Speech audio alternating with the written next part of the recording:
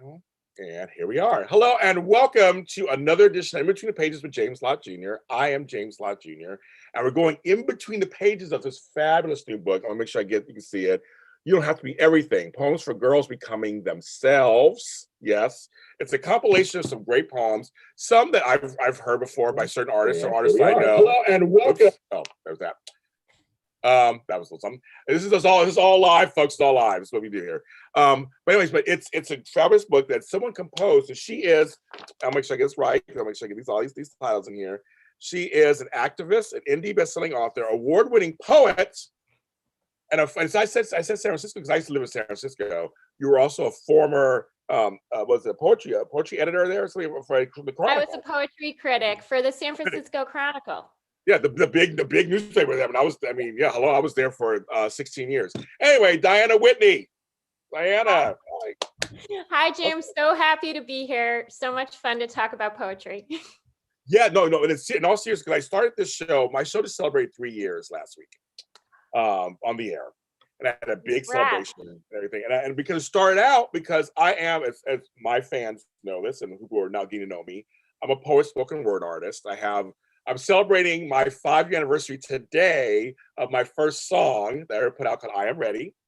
So that's there too. I have 2 poetry books out, but I think poetry is such a great art form to express yourself. But I'm gonna go right into it right now and ask you a question, Diana.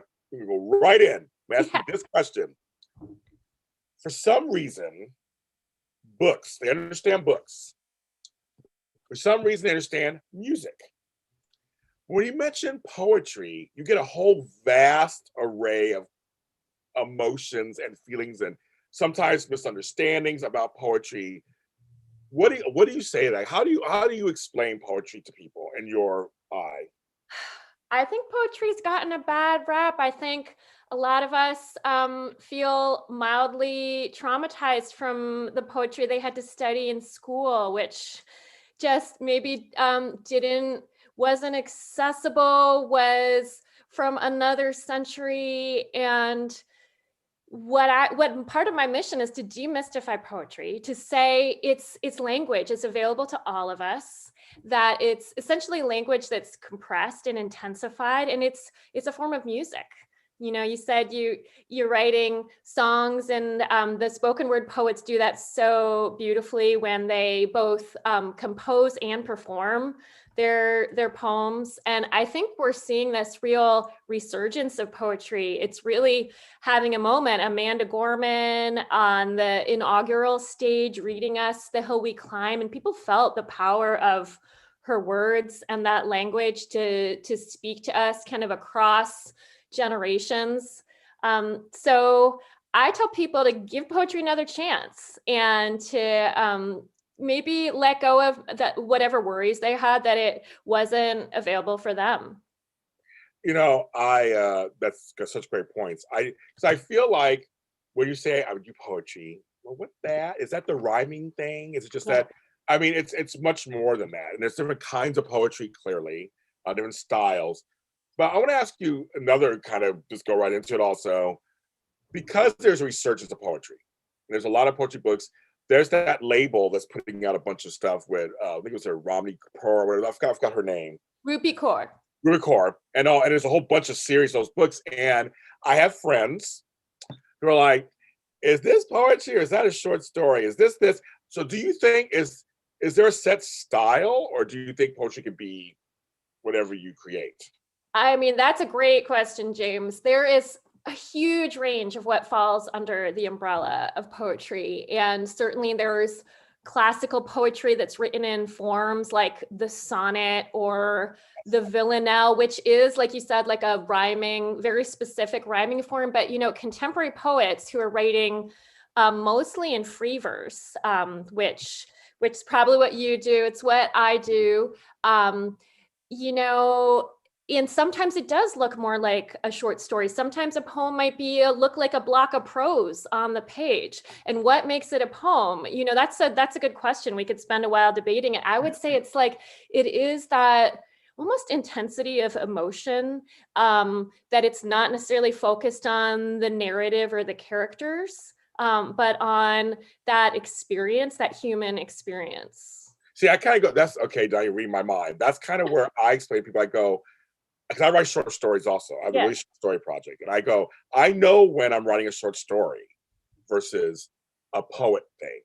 Or a spoken word piece. I know the difference. For me, I know the difference. And I'm sure for everybody it's different. But for me, I know this is a short story because you're right. I'm focusing on character development. I'm focusing, I mean, there's a whole structure on that. That's another show. Whole structure on that. But my poems, I know they're poems. I just know they are. I just like, this is it's a poem. I just know it. Absolutely. And sometimes a poem almost comes out of a place of urgency, you know, like it needs to come from whatever interior experience and, you know, be translated into language in the moment. And that's, when we think about the origin of poetry, it was spoken word, it was language, it was music, it was, you know, indigenous tribes telling stories. It was Sappho with her lyre on a Greek island. So I do like thinking, like going back to some of like the old bards and the way that poetry and myth were shared among peoples, and how kind of the poets today are keeping that alive. Yeah, I know. I agree with that completely.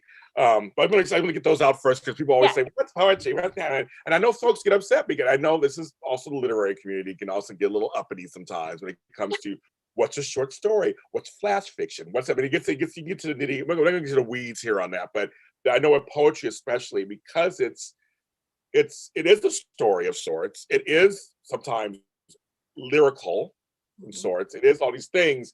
People have a hard time. And I can write a rhyming poem sometimes. I can. I mean that's not a problem.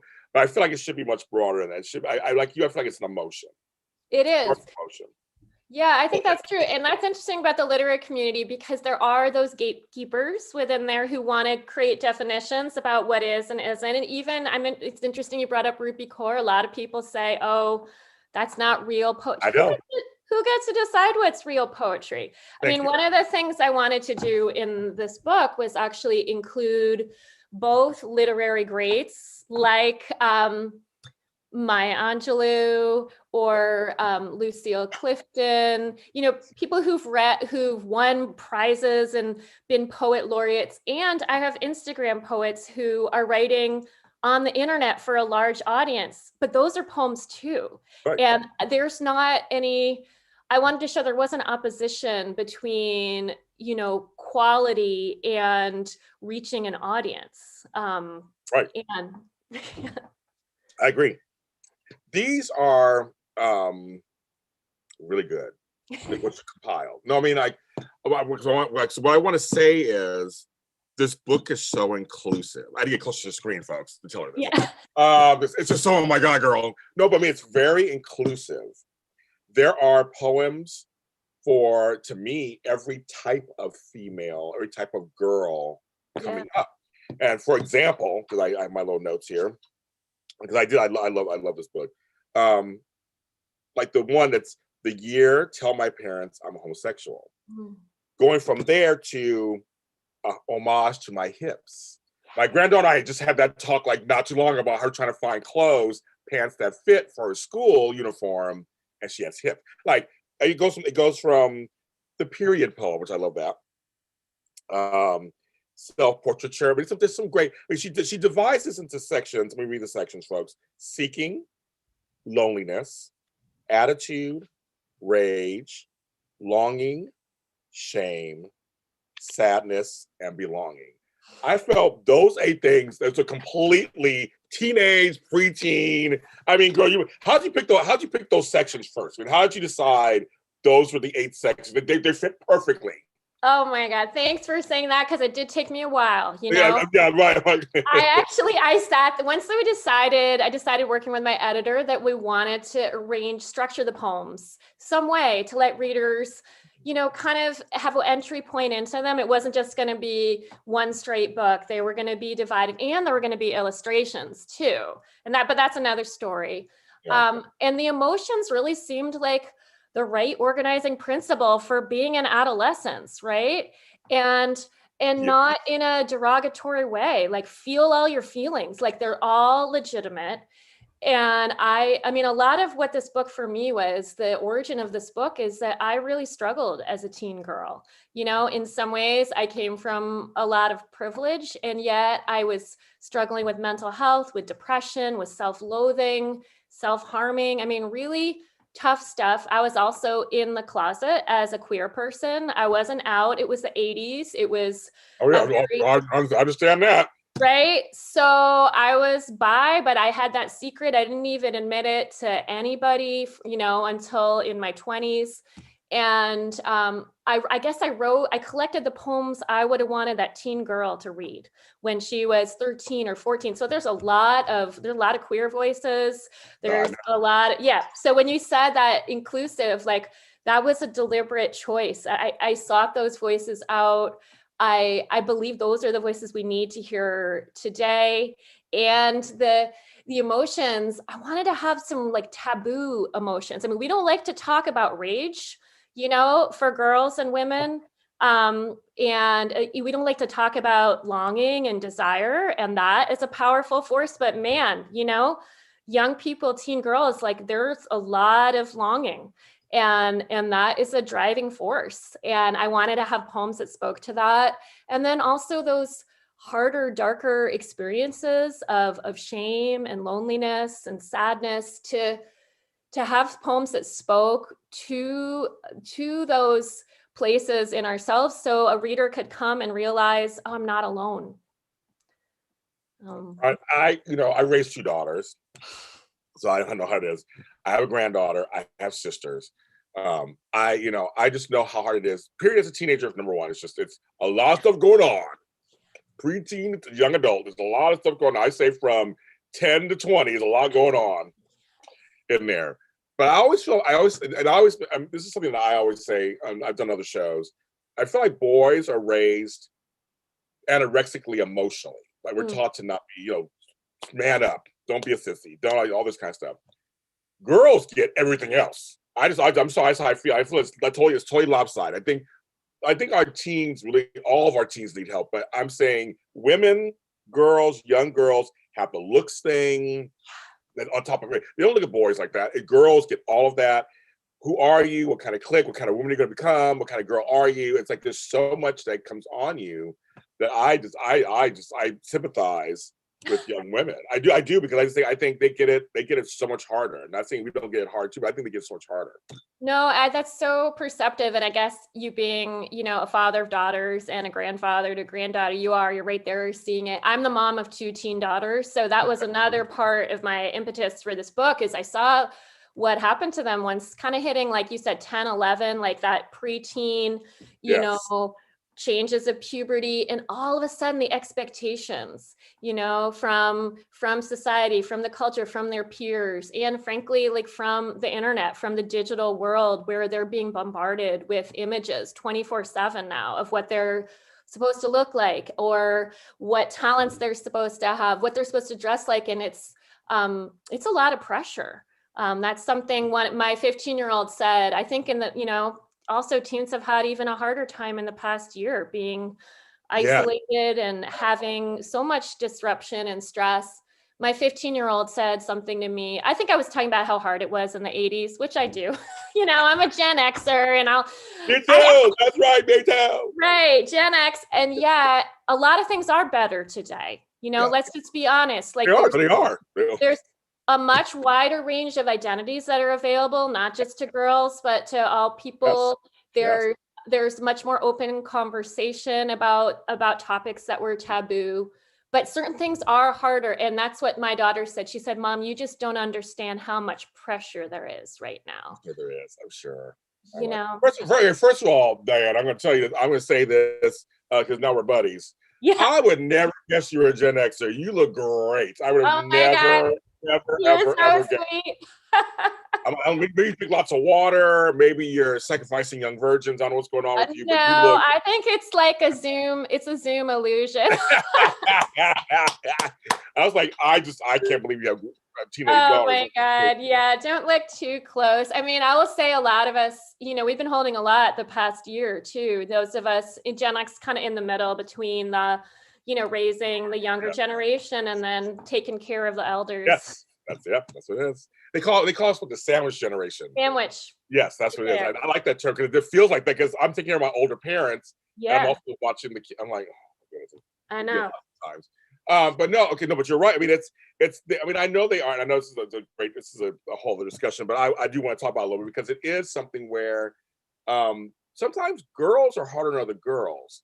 And and I feel like boys, we don't do that much to each other in school, where girls do, and I'm thinking they're learning it from society, maybe their mothers, their aunties, older cousins. I'm like, because boys don't really do a lot of stuff that girls do.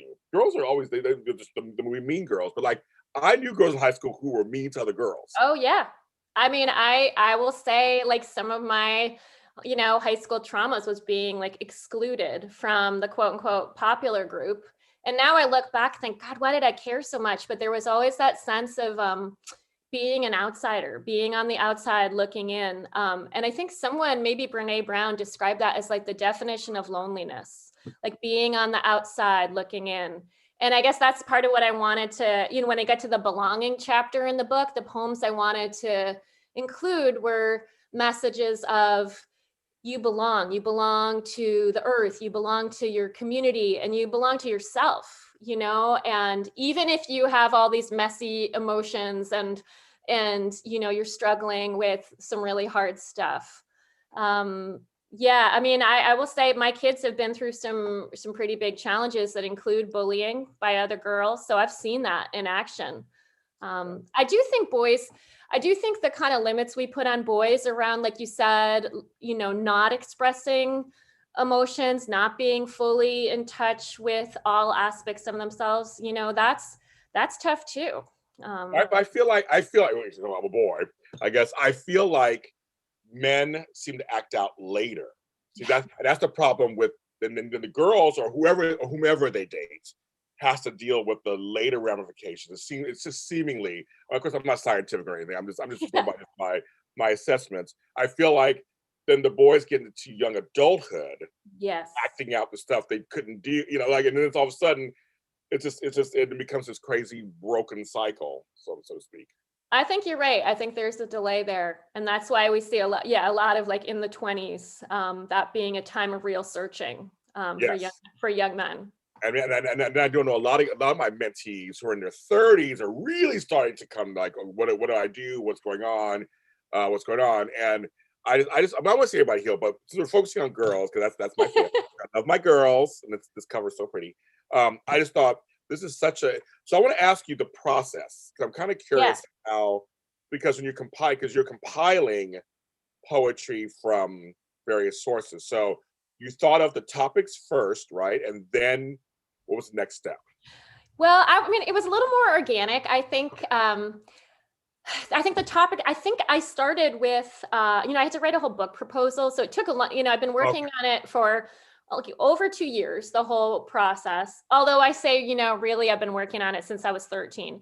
But the actual, like, working on the book. But I think it was sort of a concurrent organic process of the emotions, but also there were some seed poems that had been poems I'd loved, for a lot of my life, like Homage to My Hips by Lucille Clifton, which I was like, oh, that's got to go in there. I love that. Right. So I had these certain like foundational poems, and there's Mary Oliver's Wild Geese that begins, you do not have to be good. You do not have to crawl on your knees for 100 miles through the desert, repenting, like that message of you are enough. You can let go of your shame. I always knew that I had these certain, you can call them luminary poets that I wanted to have in there. I kind of had those cornerstone poems. And then, I cast my net pretty wide. I mean, I've been writing poetry and studying it since college. So that's a long time. We got a number of decades. And then I did do, I was the poetry critic for the San Francisco Chronicle, and I was reviewing contemporary poetry, a lot of it. So it was almost like an apprenticeship for this book. A lot of those poems, a lot of those poets I discovered made it in here. And then I also got to do really fun research, on the internet, looking for new voices and making discoveries. And I will say that was some of my favorite parts, was getting to discover some gems people I hadn't heard before. The one that, and I have it bookmarked because Yeah. the one that made me really go, wow. Like, I didn't know where it was going, but I feel a connection to this poem. It's called Questions Are Asked to Me When I Was 10 Oh, by S. Aaron Batiste. yes. At the very end, I want folks to read. I'm not gonna say I want people to read it. It's one of those where I'm like, that last part of it, the last stanza, like the last 3 or 4 sentences, I'm like, it hit me. And I'm from a multicultural family. I grew up in a certain time period. I was always asked questions as a kid. It made me teary-eyed when I read it. Oh my gosh. So that's by S. Aaron Batiste. And she's a poet I hadn't known before. And I think I, came to her through probably another poet I loved, recommended her. And then I discovered this poem and I knew it was the one. And to be honest, I just did a reading with her a few weeks ago. So I heard her read this poem. I heard her read it in her own voice, and it was so powerful. And I encourage all your. I'd be crying if I heard it. No, everybody. It was, it was a Zoom event, and everybody was just rapt, just riveted watching her. And I encourage you to, go to her website, find out her other work, because she's extraordinary. And yeah, that end. Why are you getting so upset? Why are you crying? I'm just asking questions. And I think I did want to include, even if that isn't the specific experience of every reader, I think there's something about the way this poem is written that, like, we can all remember being young and vulnerable and being confronted about where we come from, and in a way that we feel like there's something wrong with us, and I think that's in the loneliness chapter. Yeah. So yes. I read that chapter. That chapter was you got that chapter. So it's like, how lonely is that to be confronted, and then have to find a way through to stand in your own ground. I'll tell you, the part that hit me was when it said, "Who in your family is white?" Yeah. Just black, huh? And I was like, that, just like that, I've had that question. Oh, you're just black, or you're only black, or you're that. Like, and I came from a mixed family, but it's like that was something that really hit me. And then, what's wrong with you? Why do you look like that? Yeah. Is your hair a weave? It literally made me cry. It hit me so hard. And because the layers of that whole poem is, on the one end, people are trying to always figure you out. They need to figure you out. It seems like they need to figure you out so they're comfortable with you, right? So you're bi. You can't be bi. You have to be either gay or lesbian or straight. Like, you can't be. No, it's that whole thing. No, for me, it's like, I'm not dealing with these same questions here, but it's like, oh, look, you're married to a man. Oh, you live in you have children, you look straight, you're femme, you're not really queer. I've had that. I went to a queer. I went to a queer dance party, like trying to kind of come out of my shell and like my own internalized biphobia. And someone looked me up and down and said, "You just don't have a queer vibe." And so there's always, I think, maybe no matter where a person fits, there's always a sense of maybe not being quite enough. Or like you said, like, I just can't even believe what I had the experience reading this poem was, how did somebody ask a child these questions? A child. That too. That's the next layer. That's the next layer. Yeah.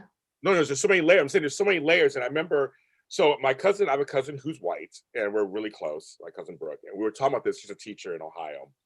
And we were saying she was having these conversations at her school board. And I was having this conversation.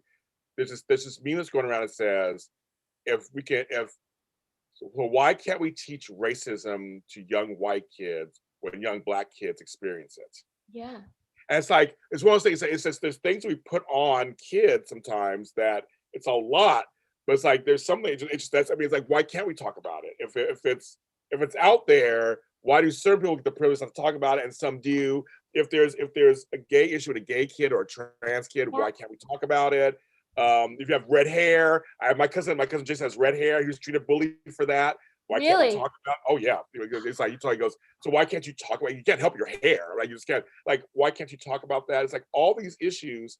You're a kid being who you are Yeah. in that moment. Why are you're being confronted with stuff? That's the harsh thing we think about as adults. Going, that's not fair. Not fair at No. all. None of it's fair. And that's one of the ways I think poetry can build empathy. Yes. Like you can read this poem, and even if that's not your experience, even if you're not someone who would ask these questions, it really, like you said, like your heart just kind of responds. And I think like maybe like we could use this poem to teach racism curriculum or anti-racism curriculum, you know? And in terms of like what is the experience of the speaker of this poem, you know, because that really comes through without it being like a lecture in Yes, any I way. agree. It was not heavy-handed. It's not No. not preachy. Some folks like that, and that's fine. But I'm saying Yeah. with this particular one, it was just like, here's something. And Yeah. like I said, it hit me on so many different levels. But I agree with the other thing, like the poor kids getting asked, is being grilled these questions, Yeah. and they're just a kid. They're just a kid. They're who they are. My hair is Yeah. what my hair is, my color is my colors, my teeth are my teeth. They're like, what are you supposed to say? What are you supposed to say? So you start crying, which kids, that automatic response a lot of times is Yeah. tears.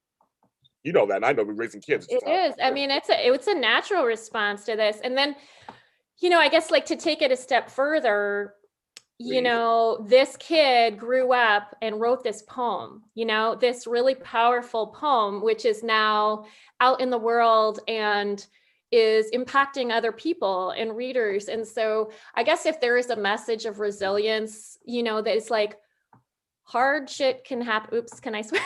I don't know. It's my network. Okay. You do it. Yes. You can beat me out. Yes. Okay. Hard stuff can happen and we can go through different traumas. And then also there's a way to, you know, some level like transform it or craft it into like a work of art. And I think that that's what S. Aaron Batiste has done here.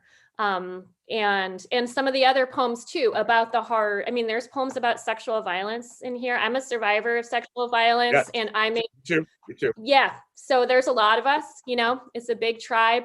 And this book is for girls age 12 and up. I had to push back a little to say, no, we need these poems in here because let's look at the statistics. Let's look at how many girls experience, you know, violence before age 18, you know? Yeah. And I wanted to put those poems in, but not just to say, look how awful the world is, but to show like the poets, they survived and they made a poem, you know, not just out of the trauma, but like they created something new. And I think there's probably 4 or 5 poems in here that speak about that experience. Yeah, no, I know. And the thing is, I again go back to my inclusion story. I think it's so wonderful because I'm a survivor. I was raped at 17 by an older friend. We'll say that. And so I survived. But I think more people I know are having, maybe not even so much as far as rape, or having molestation or other issues, or just like, or being sexualized. We're sexualizing girls in society. So that's still a thing. That's still assault. To me, it's still assault girls. Whether it's an image in a magazine or on Instagram or whatever, it's still an image. And I think it needs to be talked about. Again, we got to talk about this because nowadays, especially even in our day too, we knew about it, but nowadays it's a different world we live in. The kids are growing up a little faster. They're being exposed to things sooner than maybe we would have been on some level, or our parents before us, or definitely before them. And so I mean, you can't ignore it. We can't run from it, ignore it. And I always think, and see, poetry to me, I wanted to create a conversation. I want something to say. So one of my favorite poets was Gil Scott-Heron, and he rest in peace. And his famous ones, "Revolution will not be televised," just used in things all the time. And that changed my life because he was talking about something that I can relate to, but it caused a conversation. So whether you agree with it or not, it's still, I think conversations need to be had. And nowadays with the cancel culture of Twitter and you can't say anything, I feel like we should be able to talk about it. And we can't be afraid for the under 18 crowd, because a lot of times they're talking about it already and possibly sharing misinformation, correct?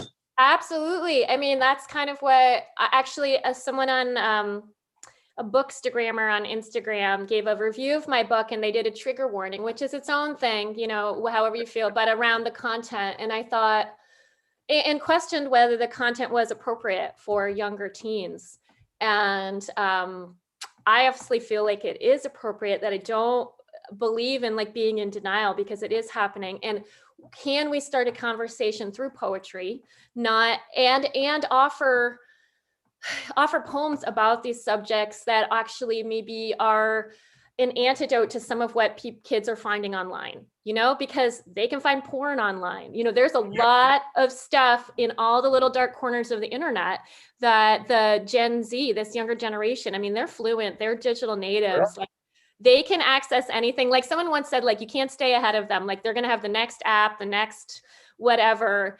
And so if there, you can, I mean, don't get me wrong. I'm not saying you can hand someone a poem and like that's some magical solution, but you can hand someone a poem as well as all the other information that they're getting. I agree. No, I agree. I know. I totally agree. And again, this is all. I'm glad you said that, because I feel like this is all just.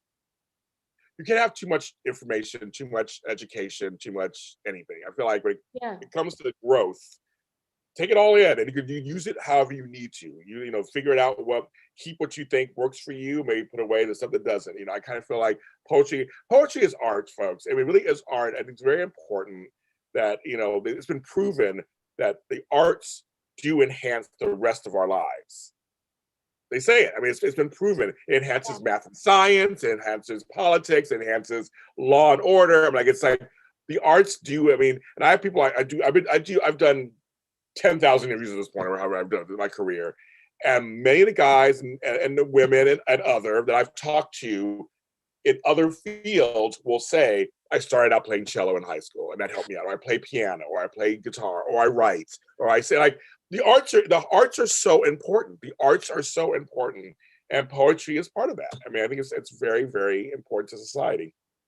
Yeah, and I think going back to girls too, there's so many messages of should, you know, you should be this way. Even, you know, the genre of self-help or you know, self-improvement. I mean, if you go online, there's always like the next 30-day workout challenge, or Right. you know, my 13-year-old's always like, oh, mom, there's this new special shampoo where they tell you like what's exactly wrong with your hair type, and then you pay $30 a month for, you know.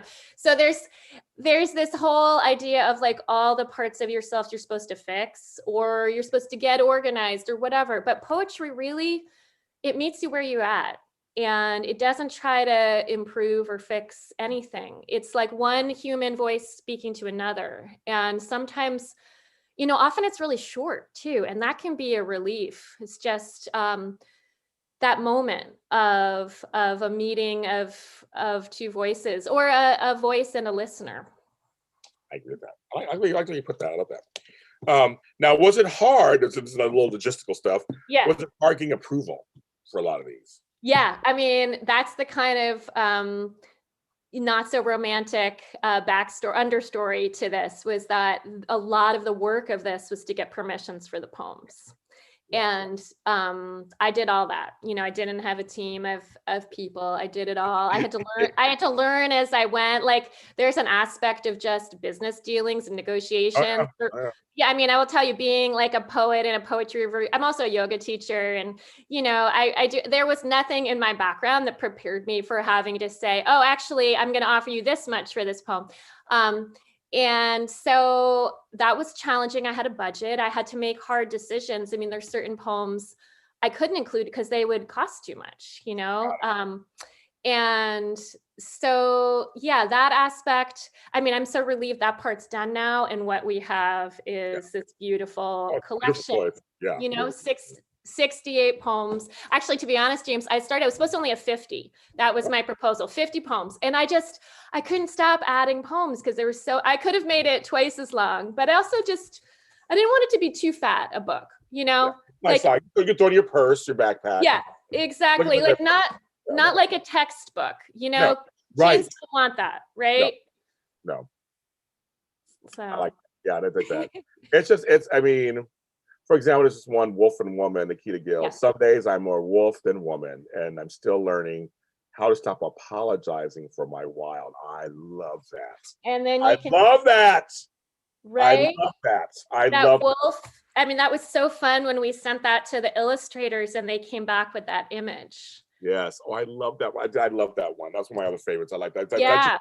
About the, again, there's like 10 layers on that one also. Right. About women. It's a whole, I mean, just a whole, about all, we're always shutting down women, always telling them to calm down, always telling them to be quiet, always telling them to slow. Like, we're always telling women how to be. And the apology part, I've started to catch how often I say I'm sorry. Not for anything. Right. You know, not like, oh, I bumped in, you know, I rear-ended someone's car, then you say you're sorry, but like just for existing or you know, making someone uncomfortable with my presence. And it was when I started to hear my oldest daughter say I'm sorry all the time, and I thought, gosh, you know, this is like a cultural phenomenon and it needs to change. And I can start by changing myself, but I feel like that poem really acknowledges that. That's in the shame chapter. Yes. And I'm learning how to stop apologizing, you know, for the wild, for that wolf part of me. Yes. Diana, I can talk to you forever. Oh my God. I know. You're like my new best friend. Okay. I do want to ask you a question though, because the book is out. Yes. Everything. Did it help heal your young girl? You know, I think it has, and it still is. You know, that's a great question. I have to think the process is ongoing and maybe it's never fully resolved, but something I did right as the book was coming out was like, I looked for a photo of myself when I was like around 13 or 14. And I looked at that expression on her face, which felt kind of defensive, you know, and kind of posing for what I thought I was supposed to look like. And I also got a horoscope. I'm big into astrology, you know, I'm a Gemini, and I got a horoscope right around the launch of the book, which said, when you welcome home the part of yourself that has felt like an outsider, then the healing will happen. And I felt like this is what I did with that book, was like, I'm welcoming her home. I'm telling that girl, you know, hey, it's okay to like girls, you know, and your body's okay. Actually, it's beautiful. And even if those, you know, popular girls never wanted to be friends with you, all of those things that were so painful, I feel like creating these poems and offering them out into the world, and then this book's had a really positive response. It became a #1 bestseller in teen poetry on Amazon. So that for me has been so affirming. I guess for that girl who didn't belong. You did a great job. No, this is an amazing book. It is an amazing book. You don't have to be everything. Poems for Girls Becoming Themselves, edited by Diana Whitney. Go ahead and get it everywhere where books are available. On Amazon. Go to Amazon, get it. I mean, run, don't walk. Get it. Well, you don't have to run. Just get on your phone. Yes, Order it. Go ahead and do it. That's good. Thank you, Diana, for being on the show and for your time. Thank you, James. This has been so fun. I love your show. I listened to some episodes, and it's a great honor. And thanks for celebrating this book. Yes, my pleasure. And I'm gonna give it to my granddaughter, Scarlett. Hello, Scarlett. Yes. Hey, I can send you a signed book plate for Scarlett. Okay, we'll just do that. So when we get off, you send me your thing, and I'll do a book plate for her. Oh, that's so nice. I mean, I love that. Okay, great idea. Okay, good. Okay, so everybody, this is In Between the Pages with James Lott Jr. Like I said, celebrating 3 years of being on the air. We want to thank everybody who enjoys anything that's written on the page. That's something that's, to me, I've been writing since I was 10 years old, which was 10,000 years ago as of today. And I love writing. I'm a voracious reader. I love poetry, spoken word, anything to do with that. I love it. You can follow me on TikTok, where I do a spoken word thing called A Lot of Spoken Word. I have like 85 episodes where I do an original spoken word piece under a minute on TikTok. So you can go there and check that out. I'm going right after this. I had to try to do something on that. I mean, I do other stuff too, but that's one of the things I do on there. That's gotten great reception. So go ahead and check that out. I'm James Lott Jr. everywhere. Diana, where can they follow you if they want to follow you anywhere? Yeah, I'm mostly on Instagram. I'm at Diana Whitney 31. That's my same handle on Twitter, but I confess I'm not as much on the Twitterverse. But yeah, I'm on Facebook, and my website is diana-whitney.com. You can find the book there, and links to all my events. I'm doing a lot of readings with the poets in the book, and that's been really fun. Good. I'm gonna follow you on Instagram. I don't think I'm following you. Let me make sure I follow you. Great. Yeah, I'll follow you back. Yes. So everybody, please have a great day and read a book. Yeah, and have a safe